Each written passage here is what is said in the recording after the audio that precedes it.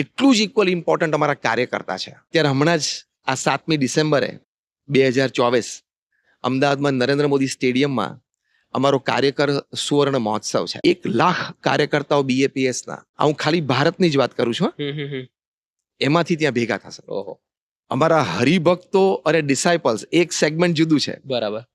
આ કાર્યકર્તાઓ જે BAPSની 162 પ્રકારની અનેક સમાજ ઉપયોગી પ્રવૃત્તિમાં ક્યાંક ને ક્યાંક સેવા આપે છે. સેવા આપે છે. રાઈટ. Not paid. દિવસ દરમિયાન નોકરી ધંધો વેપાર કરે છે, સવાર સાંજ સમય આપે છે. એવા 1 લાખ કાર્યકર્તા. વાહ ભાઈ વાહ. તો એ કાર્યકર્તાઓ છે ને BAPS નું બેકબોન છે. BAPS કાર્યકર્તા is the backbone of BAPS. કારણ કે એક તો એની સમજદારી, બીજું એનો સમર્પણ ભાવ, 100%.